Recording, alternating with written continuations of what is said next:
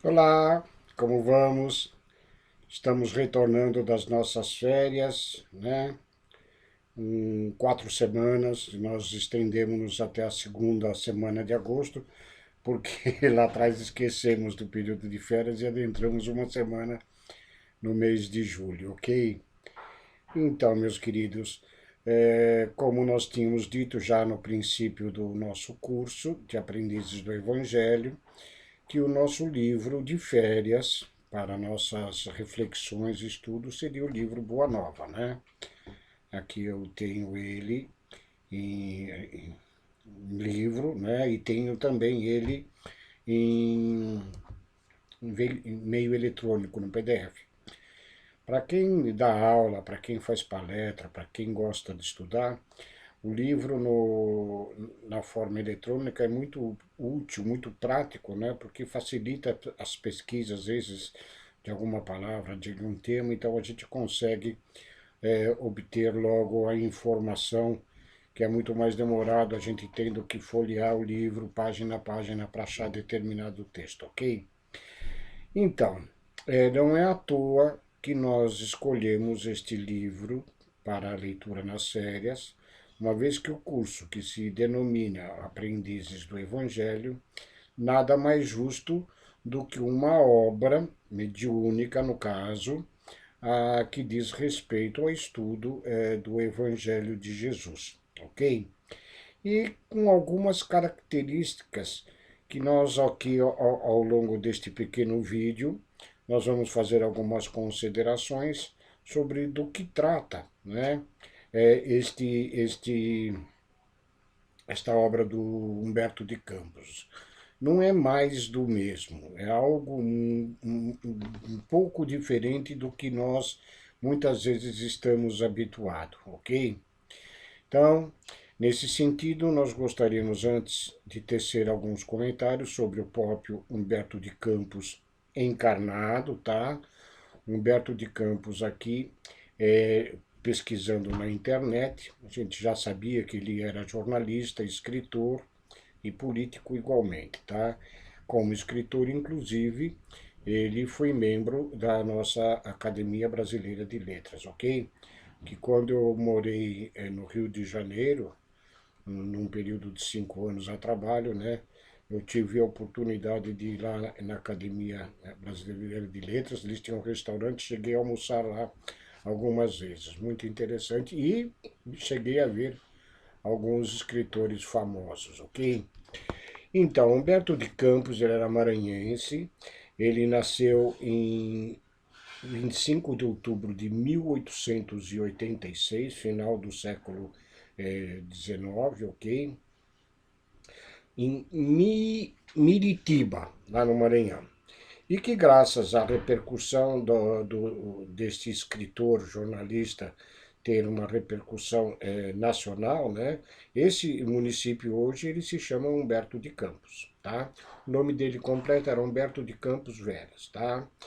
E ele vem a falecer no Rio de Janeiro, que evidentemente era a capital do Brasil nessa época, onde se congregava todos, praticamente toda os grandes escritores, os grandes jornalistas, né? E inclusive os principais políticos, estava centralizado lá.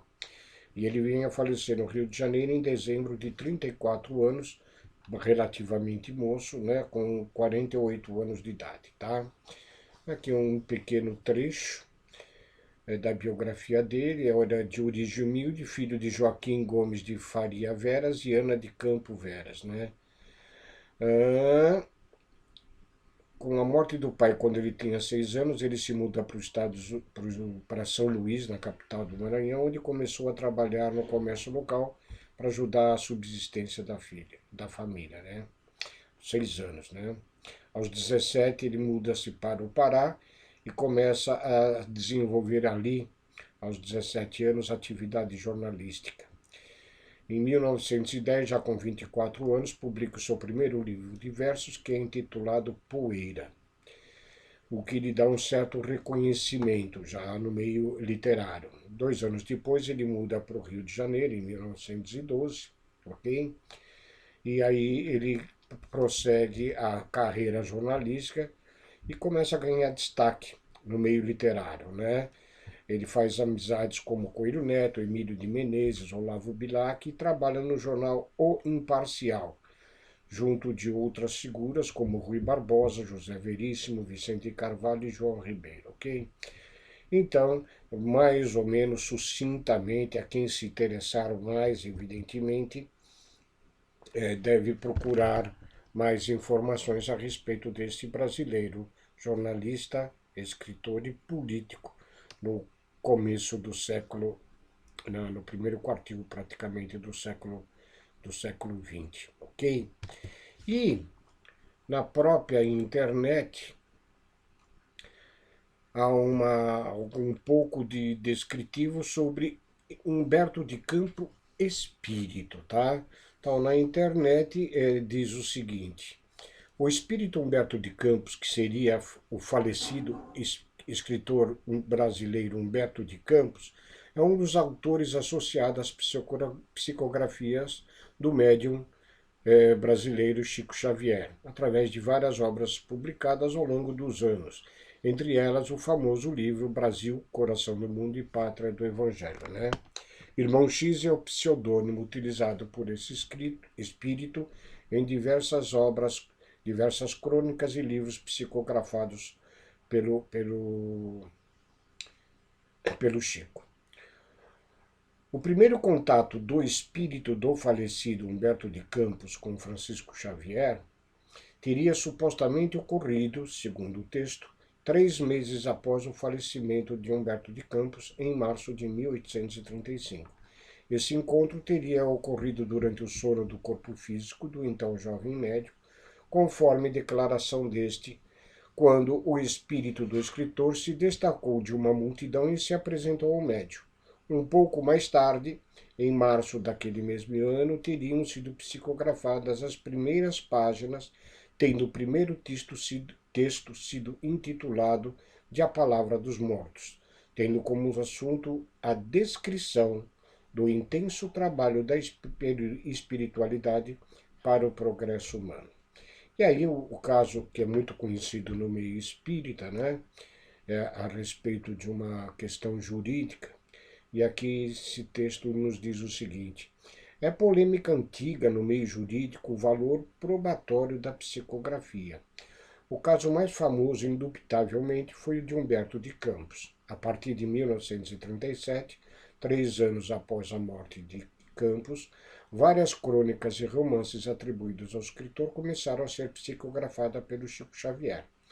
Entre as obras, todas editadas pela Federação Espírita Brasileira, a de maior notariedade entre os espíritas foi Brasil, Coração do Mundo e Pátria do Evangelho. No ano de 44, a viúva de Humberto de Campos, em conjunto com os 3 filhos do casal, ingressou em juízo movendo um processo contra a Federação Espírita Brasileira e Francisco Cândido Xavier, no sentido de obter uma declaração por sentença jurídica de que esta obra mediúnica era ou não do espírito de Humberto de Campos, e que, se era, em caso afirmativo, que ela obtivesse os direitos autorais da obra. O assunto causou tanta polêmica e durante um bom tempo ocupou espaço nos principais periódicos do país. A autora, Dona Catarina Virgolina de Campos, foi julgada carecedora da ação proposta por sentença de 23 de agosto de 44. João Francisco Mourão Jones de Direito, no exercício da 8ª Vara Civil, tendo ela recorrido da sentença, o Tribunal de Apelação manteve-a por seus jurídicos, tendo o relator o ministro Álvaro. E aí são alguns detalhes jurídicos, né?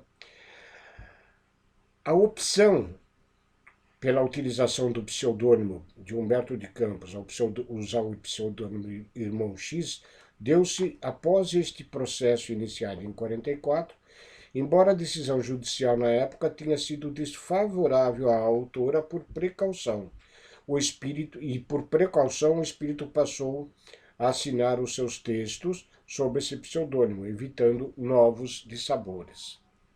Ok?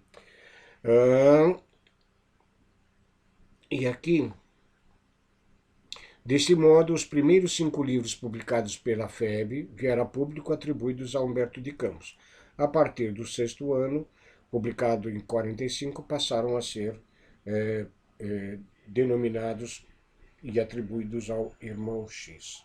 Ok? Então, aqui um pequeno histórico sobre Humberto de Campos encarnado e Humberto de Campos espírito, né? Autor de algumas obras psicografadas por Chico. Agora, o assunto que mais nos interessa de perto, o livro Boa Nova, e nas palavras do próprio Humberto de Campos, na introdução do livro, tá? Essa introdução que ele faz em Pedro Leopoldo, 9 de novembro de 1940. Ele, muitas vezes tido como um escritor e um jornalista com bastante tirino de raciocínio, e ele se utilizava nos seus artigos e nos seus escritos muito da mitologia grega antiga, né? Ele, nesta introdução, ele começa fazendo assim esta referência a ter deixado aquele estilo literário que ele utilizava para novamente aqui como espírito uma mudança no seu estilo, tá? Ele começa assim: oferecendo esse esforço modesto ao leitor amigo, julgo prudente endereçar-lhe uma explicação quanto à gênese destas páginas. Dentro delas, sou o primeiro a reconhecer que os meus temas não são os mesmos. Os que se preocupam com a expressão fenomênica da forma não encontrarão talvez o mesmo estilo. Em período algum faço referência de sabor mitológico, que ele, quando encarnado, se utilizava muito, ok? E naqueles velhos amigos que, como eu próprio aí no mundo, não conseguem atinar com as realidades da sobrevivência, surpreendo por antecipação as considerações mais estranhas. Alguns perguntarão com certeza se fui promovido a ministro evangélico, né? Depois, mais à frente, diz ele, né? Meu problema atual não é o de escrever para agradar, mas o de escrever com proveito. E aqui, queridos, eu quero relatar a vocês um trecho dos estudos que nós temos feito, até alguns vídeos na obra de André Luiz aí, O Nosso Lar. Tá? Espera aí que meu computador está um pouquinho lento. E tá aqui.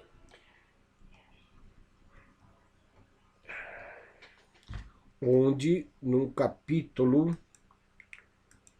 onde André Luiz é hospedado na casa de Dona Laura, que é mãe de Lísias, tá?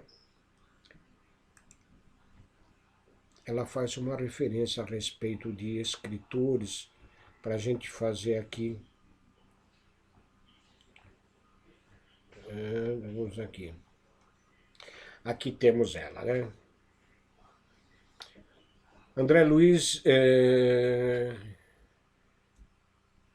diz num trecho: em face do tiroteio de perguntas, Yolanda, que é uma das irmãs de Lísias, exibiu-me livros maravilhosos. Notando meu interesse, a dona da casa, a dona Laura, advertiu: temos em nosso lar, no que concerne à literatura, uma enorme vantagem.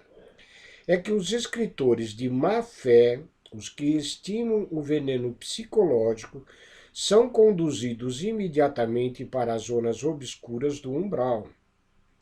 Por aqui eles não se equilibram nem mesmo no ministério da regeneração, enquanto perseveram em semelhante estados de alma. Veja que importante essa observação, que pode passar desapercebida na leitura comum do livro Nosso Lar, mas que a questão do conteúdo da literatura, do conteúdo das obras, né? Ela ali nos revela que enquanto os espíritos escritores, mesmo desencarnados, se mantiverem em questões não menos edificantes, né? Permanecem em planos inferiores, em zonas inferiores da espiritualidade, por não terem ainda o equilíbrio necessário para se escrever coisas mais edificantes. Por isso que Humberto de Campos aqui diz, né, como nós vimos aqui, essa introdução que ele dá é de 1940, e a obra de André Luiz é de 1944. Mas antes ele já dizia o seguinte: o meu problema atual não é o de escrever para agradar, mas de escrever com proveito. Olha a importância, tá? De quando a gente, ao escrever, ao falar, ao emitir pensamentos, né? A importância da gente emitir coisas que tenham proveitos, ok?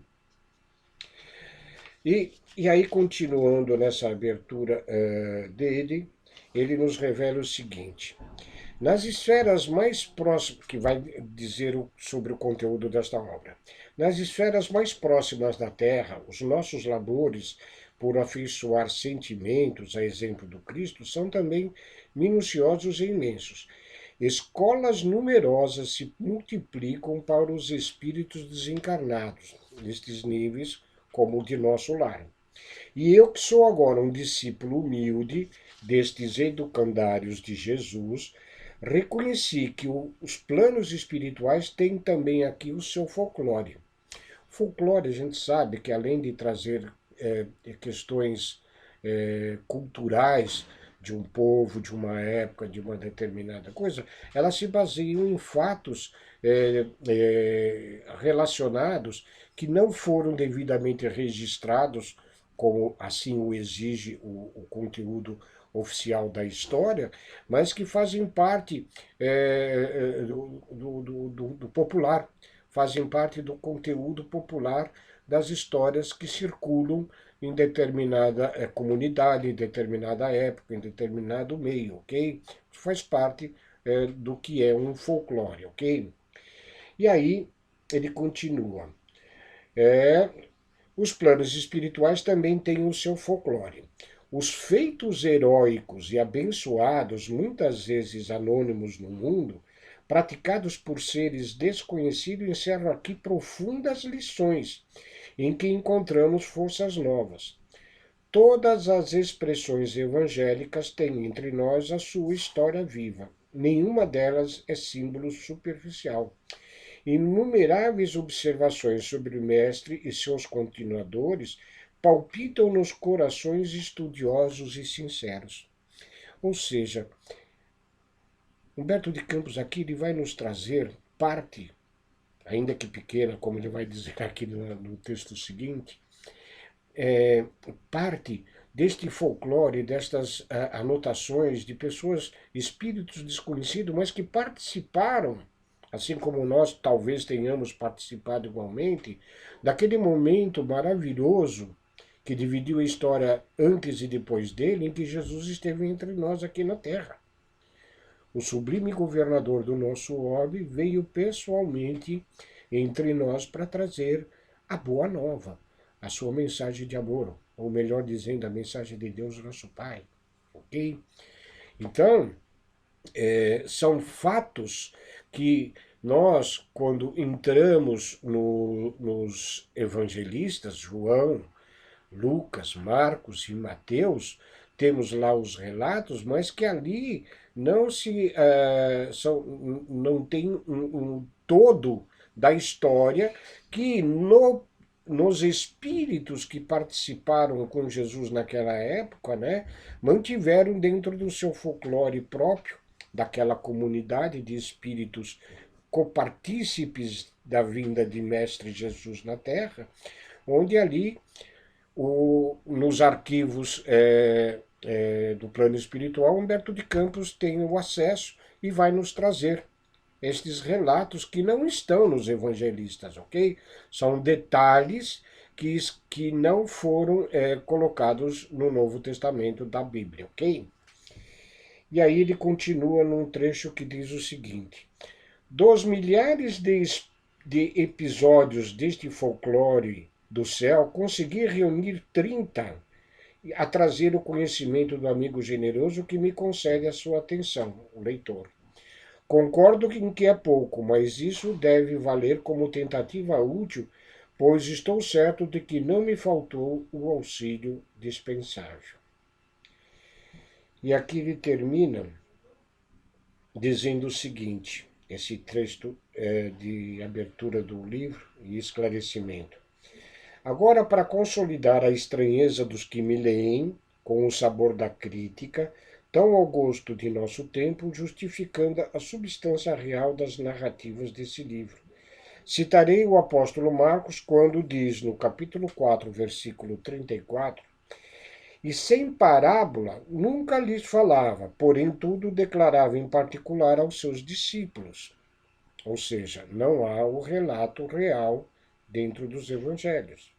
E o apóstolo João, quando afirmou no capítulo 21, versículo 25, há, porém, ainda muitas outras coisas que Jesus fez e que, se cada um de per si fosse escrita, cuido de que nem ainda o mundo todo poderia conter os livros que se escrevesse. Dando-nos a entender que o que nós temos conhecimento através dos evangelistas, né, é uma parte mínima, infinitamente pequena de tudo aquilo que Jesus fez e de tudo aquilo que Jesus deixou de ensinamento, né? E embora ele tenha feito muito e deixado e escrito a gente tenhamos pouco, nós sabemos que na memória espiritual, e é a memória da realidade nossa de existência, é que todo este saber não se perdeu. E Humberto de Campos aqui nos deixa parte destes relatos, né? Vocês devem ter lido, se não leram, eu peço que de fato leiam, como aprendizes do Evangelho, esta obra é de suma importância. E eu vou me dar aqui, e da mesma forma como o João falou, né? Se eu fosse ler e comentar todos os 30 capítulos que traz Humberto de Campos nessa obra, né, nós precisaríamos de inúmeros vídeos que acho que talvez não caberia aí no YouTube. E eu vou fazer menção a um único capítulo do livro. Está aqui, capítulo 11, o Sermão do Monte, né? Neste capítulo eu me atento especialmente, como vocês sabem, eu sou fã do Sermão da Montanha de Jesus. O nosso livro de estudos é baseado, se vocês percebam que muitos dos vídeos que nós colocamos, eu e a Renata, são lições extraídas propriamente do Sermão da Montanha, ok? O livro de Kardec, o Evangelho segundo o Espiritismo, é baseado na maior parte dos seus capítulos no Sermão da Montanha. E aqui vem a grande história do que fala Humberto de Campos, de trazer este folclore ou este conhecimento de coisas que não estão relatadas nos evangelhos. Ok? O Sermão da Montanha, mais completo, ele está em Lucas, mas mais completo em Mateus, nos capítulos 5, 6 e 7. Ok? Então eu vou ler este capítulo 11, o Sermão do Monte, onde Humberto nos traz o que aconteceu antes de Jesus falar lá no monte, de fazer a síntese da sua doutrina de amor, o que aconteceu nesse dia, onde a gente não vai encontrar esse relato em nenhuma outra obra, ok? Então começa assim. Difundidas as primeiras claridades da Boa Nova, todos os enfermos e derrotados da sorte, habitantes de Corazim, Magdala, Betsaída, Dalmanuta e outras aldeias importantes do lago, enchiam as ruas de Cafarnaum em turbas ansiosas. Tá? Era logo de manhã e as ruas ali de Cafarnaum estavam já lotadas. Os discípulos eram os mais visados pela multidão por motivo do permanente contato em que viviam com o seu mestre. De vez em quando, Filipe era assaltado em caminho por uma onda de doentes. Pedro tinha a casa rodeada de criaturas desalentadas e tristes. Todos queriam o auxílio de Jesus, o benefício imediato da sua poderosa virtude. Aos primeiros dias do apostolado, um pequeno grupo de infelizes procurou Levi, que vem a ser depois Mateus. Levi era o coletor de impostos, né? Procurou Levi na sua confortável residência e desejavam explicações sobre o evangelho do reino, de modo a trabalharem com mais acerto na observância dos ensinamentos do Cristo. O coletor da cidade manifestou certa estranheza. Afinal, disse ele aos infortunados que o procuravam, o novo reino congregará todos os corações sinceros e de boa vontade que desejam irmanar-se como filhos de Deus. Mas que podeis fazer na situação em que vos encontrais? E dirigindo-se a 3 deles, seus conhecidos pessoais, falou convicto, né? Que poderás realizar, Lisandro, aleijado como és? E tu, Áquila, não foste abandonado pela própria família sob o peso de sérias acusações? E tu, Pafos, acaso edificarias alguma coisa com as tuas atuais aflições? Os interpelados entreolharam-se cabisbaixos, humilhados.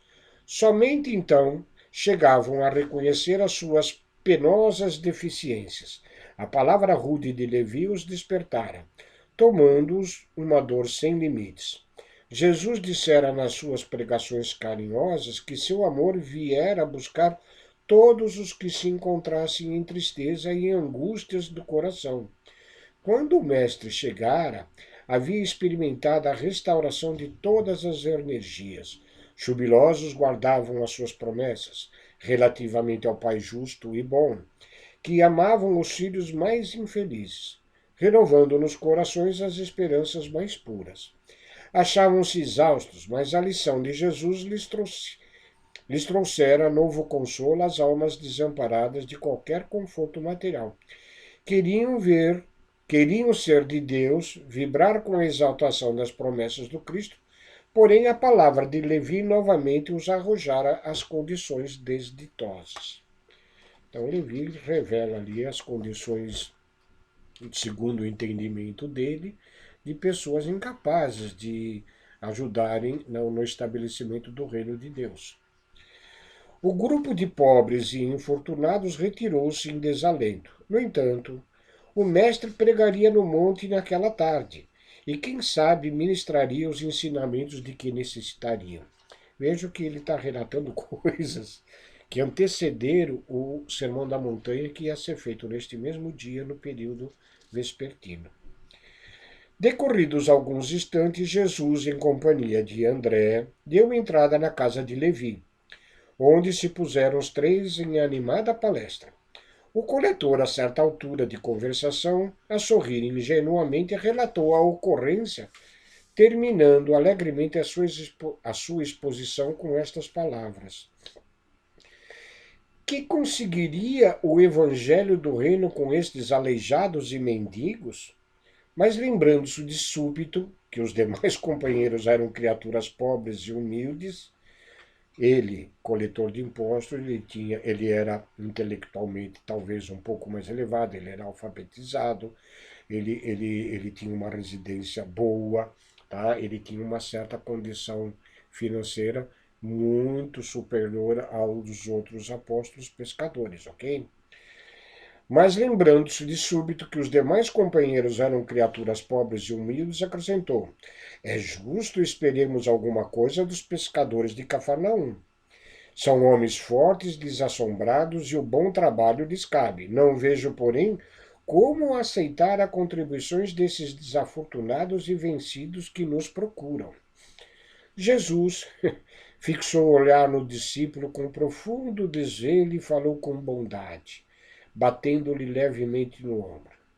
No entanto, Levi, Jesus falando, precisamos amar e aceitar a preciosa colaboração dos vencidos do mundo. Se o Evangelho é a boa nova, como não há de ser a mensagem divina para eles, tristes e deserdados na imensa família humana? Os vencedores da terra não necessitam de boas notícias. Nas derrotas da sorte, as criaturas ouvem mais alto a voz de Deus, buscando os oprimidos, os aflitos e os caluniados. Sentimos-los tão unidos ao céu nas suas esperanças que reconhecemos na coragem tranquila que revela um sublime reflexo da presença de nosso Pai em seus espíritos. Aqueles que na terra encarnados nestas condições de aleijões, de desventurados, de sofredores de perseguições de toda a ordem, ok? Devemos nos lembrar que Jesus sabia que aí aqui estávamos iniciando o aprendizado da nossa espiritualidade, todos estes tidos como os perdidos aqui na terra, os vencidos, são também espíritos que, graças talvez ao seu próprio desenvolvimento, aos seus próprios esclarecimentos, escolheram estas encarnações mais difíceis para mais rapidamente resgatarem os seus débitos ou passar nas suas provações de evolução. E muitas das vezes outros tantos, assim encarnados nestas condições, para auxiliar o mandato divino de Jesus aqui na terra. Tá? O que não sabia, evidentemente, naquele momento, Levi. E aí ele continua, Jesus: já observaste algum vencedor do mundo com mais alta preocupação do que o de defender o fruto da sua vitória material? Levi sentia-se comovido e, aproveitando a pequena pausa que se fizera, exclamou algo desapontado: Senhor, minhas observações partiram tão só do meu intenso desejo de apressar a supremacia do Evangelho entre os que governam no mundo. Quem governa o mundo é Deus, afirmou o mestre convictamente. E o amor não age com a inquietação. Agora imaginemos, Levi, que os triunfadores da terra viessem até nós ensarilhando suas armas exteriores. Figuremos alguns generais romanos chegando a Cafarnaum com seus troféus numerosos e sangrentos, afirmando-se desejosos de aceitar o evangelho do reino de Deus e oferecendo-se para cooperar em nosso esforço. Certamente trariam consigo legiões de guardas e soldados, funcionários e escribas, carros de triunfos, espadas e prisioneiros. Começariam protestando contra as nossas pregações pelas estradas desataviadas da natureza, por não estarem no íntimo desarmados das vaidades das vitórias. Edificariam suntuosos templos de pedra em cuja construção lutariam duramente por hegemonias inferiores. Uns desejariam palácios soberbos, outros empreenderiam a construção de jardins maravilhosos, recordando a ação das espadas mortíferas. Talvez pretendessem disputar a ferro e fogo o estabelecimento do reino de Deus, exterminando-se reciprocamente por não cederem uns aos outros em seus pontos de vista, desde que a cada vencedor se julga no mundo com maior soma de direitos e de importância. A pretexto de lutarem em nome do céu, espalhariam possivelmente incêndios e devastações em toda a terra. O que Jesus aqui cita como exemplo, a Levi, de que a pretexto de lutarem em nome do céu espalhariam incêndios e devastações da terra, nós no passado exatamente fizemos isso. Qual era o conceito das cruzadas que talvez nós tenhamos também participado, né? Estávamos lutando em nome de Deus, em nome de Cristo, fazendo o quê? Exatamente incendiando e devastações, matando nossos irmãos, que embora de outras crenças, igualmente filhos de Deus, nossos irmãos. Tá? Jesus tinha o conhecimento ainda dessa nossa índole terrível ainda no plano da Terra. E que isso nos sirva de reflexões para nossas lutas futuras, no sentido de colocarmos em nós o reino de Deus, que é feito com amor, carinho, caridade, bondade, misericórdia, ok? Relendo esse trecho. A pretexto de lutar em nome do céu, espalhariam possivelmente incêndios e devastações em toda a terra, e seria justo, Levi, trabalhássemos por cumprir a vontade do nosso Pai, aniquilando seus filhos, nossos irmãos? Coisas que fizemos em muitas épocas, né? Aniquilando os filhos de Deus, nossos irmãos. O apóstolo o ouvia assombrado em face da profundeza da sua argumentação. E aí o mestre continuou.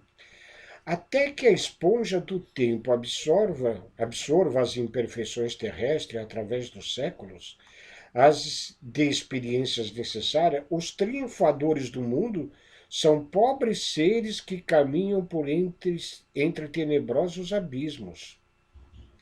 É imprescindível, pois, atentemos na alma branda e humilde dos vencidos. Para os seus corações, Deus carrega bênçãos de infinita bondade. Esses quebraram os elos mais fortes que os acorrentavam às ilusões e marcham para o infinito do amor e da sabedoria. Nós sabemos que a história da humanidade, se a gente for ler a história oficial e acompanhá-la, nós vamos ver que ela muito se dá através das batalhas, das guerras, das conquistas, dos feitos políticos e militares ao longo da existência.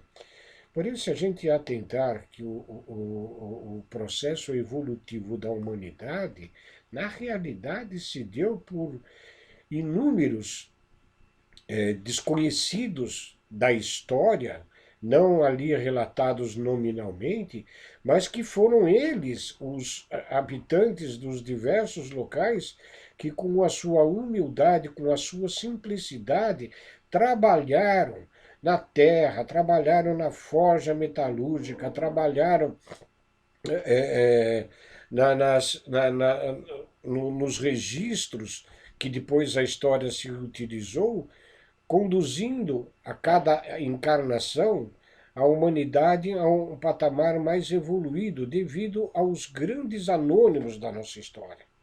Nós temos cá conosco que a doutrina espírita, sim, na sua divulgação aqui, principalmente no Brasil, ela se utilizou de personalidades destacadas, principalmente tais como no início, lá com o Dr. Bezerra de Menezes e seus auxiliares diretos na fundação da Federação Espírita Brasileira.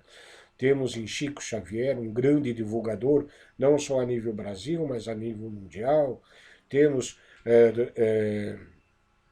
o nosso conhecido amigo e palestrante estudioso, o Divaldo Pereira Franca. Tivemos o próprio José Herculano Pires, né, tido como um dos grandes filósofos brasileiros do espiritismo, ok? Então, estes, através das suas obras, dos seus escritos ou das suas mediunidades, né, contribuíram muito para o desenvolvimento e o conhecimento da doutrina dos espíritos e do Evangelho de Jesus. Mas, na realidade, foram os espíritas anônimos ao longo de quase 200 anos, né? Nós já estamos com 170 anos praticamente do espiritismo, que aqui no Brasil, através desses anônimos espíritas, com a sua conduta reta, com a sua conduta dentro dos preceitos preconizados pelo Mestre Jesus e pelos princípios da nossa doutrina, que fizeram com que ela fosse aceita hoje entre todos os nossos irmãos de outras religiões, ok? Então, assim, nós temos que a divulgação do Espiritismo se dá em parte, sim, por esses grandes nomes que citamos, mas por todos nós que abraçamos a causa da doutrina, lutamos pela sua divulgação e, acima de tudo isso, praticamos no nosso dia a dia, onde estivermos e com quem estivermos, né?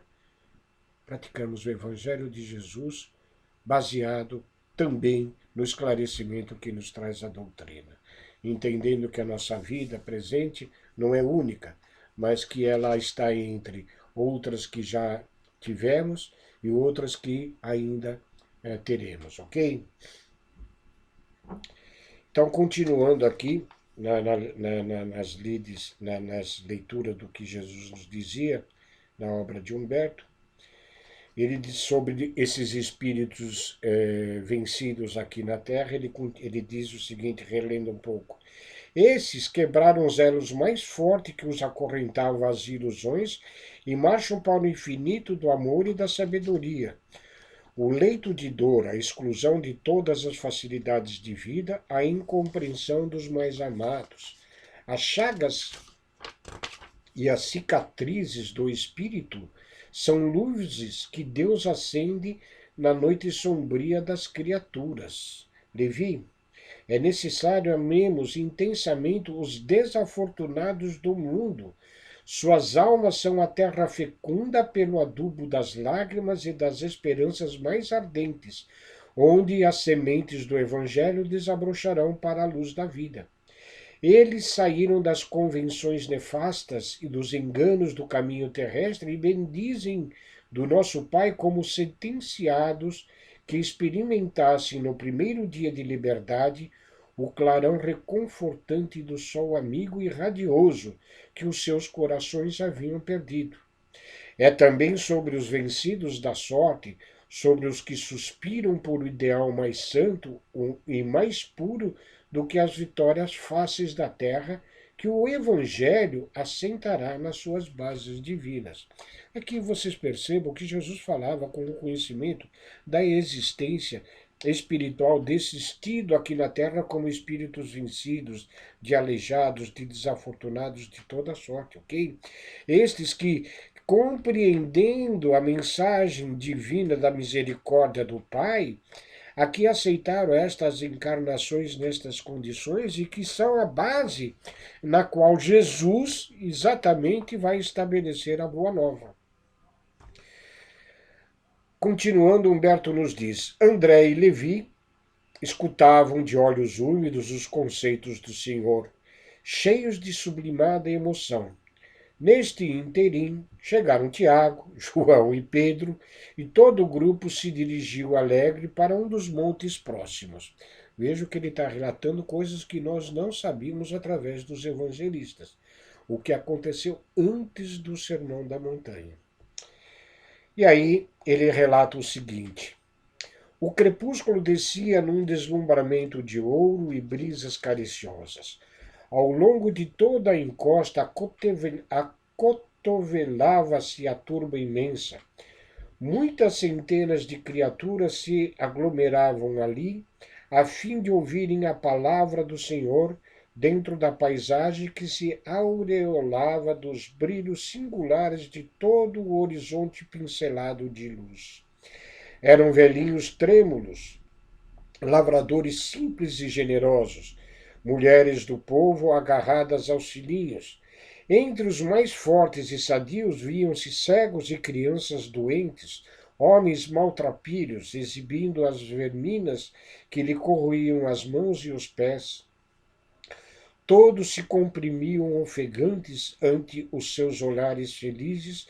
A figura do mestre surgiu, na eminência enfeitada da verdura, onde perpassavam brandamente os ventos amigos da terra.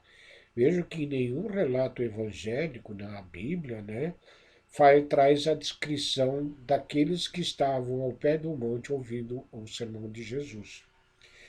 Deixando perceber que se dirigia aos vencidos e sofredores do mundo inteiro, e como que esclarecendo o espírito de Levi, que representava ali a aristocracia intelectual entre os seus discípulos, na sua qualidade de cobrador dos tributos populares, Jesus, pela primeira vez, pregou as bem-aventuranças celestiais. Sua voz caía como bálsamo eterno sobre os corações ditosos, até hoje. Bem-aventurados os pobres e os aflitos. Bem-aventurados os sedentos de justiça e misericordiosos. Bem-aventurados os pacíficos e os simples de coração. Por muito tempo falou Jesus do reino de Deus, onde o amor edificaria maravilhas perenes e sublimadas. Suas promessas pareciam dirigidas ao incomensurável futuro humano. Do alto do monte soprava um vento leve, em deliciosas vagas de perfume. As brisas da Galileia se haviam impregnado da virtude poderosa e indestrutível daquelas palavras e, obedecendo a uma determinação superior, iam espalhar-se entre todos os aflitos da terra, chegando até nós nos dias de hoje. Quando Jesus terminou a sua alocução, algumas estrelas já brilhavam no firmamento como radiosas bênçãos divinas. Muitas mães sofredoras e oprimidas, com suave fulgor nos olhos, lhe trouxe os filhinhos para que os abençoasse. Anciões de frontes nevadas pelos invernos da vida lhe beijavam as mãos. Cegos e leprosos rodeavam-no com semblante sorridente e diziam: Bendito seja o Filho de Deus. Jesus acolhia os satisfeitos, enviando a todos o sorriso da sua afeição. Quisera eu ter participado desse momento divino. Levi sentiu que naquele crepúsculo inovidável uma emoção diferente lhe dominava a alma. Havia compreendido os que abandonavam as ilusões do mundo para se elevarem a Deus. Observando as filas dos humildes populares que se retiravam, tomados de imenso conforto, o discípulo percebeu que os pobres amigos que o visitaram à tarde desciam o monte abraçados, com uma expressão de grande ventura, como se os animasse em júbilo sem limite. O coletor de Cafarnaum aproximou-se e o saudou transbordante de alegria, compreendendo que o ensino do Mestre em toda a sua luz abrangia o porvir infinito do mundo. Grande esperança e indefinível paz lhe haviam penetrado o âmago do ser. No dia imediato, o ex-publicano abriu suas portas a todos os convivas daquele crepúsculo memorável. Jesus participou da festa, partiu o pão e se alegrou com eles, e quando Levi abraçou o aleijado Lisandro, com a sinceridade de sua alma fiel, o mestre o contemplou enternecido e disse: Levi, meu coração se rejubila hoje contigo, porque são também bem-aventurados todos os que ouvem e compreendem a palavra de Deus.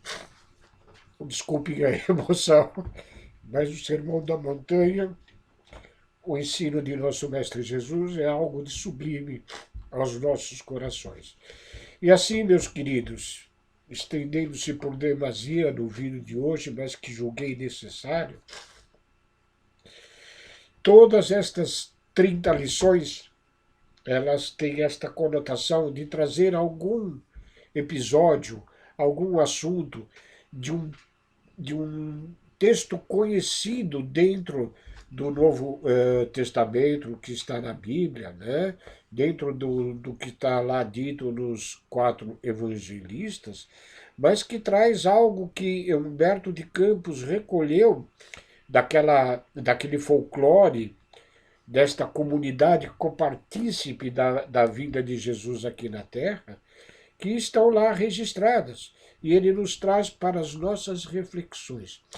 Por isso que a nossa recomendação da Boa Nova a todos aqueles que querem ser discípulos do Mestre Jesus. Por isso que o nosso curso se denomina Aprendizes do Evangelho de Jesus, ok? Fiquem com Deus e na próxima semana eu e a Renata estaremos retornando com as lições do nosso livro, ok? Um abraço a todos e um beijo no coração de vocês.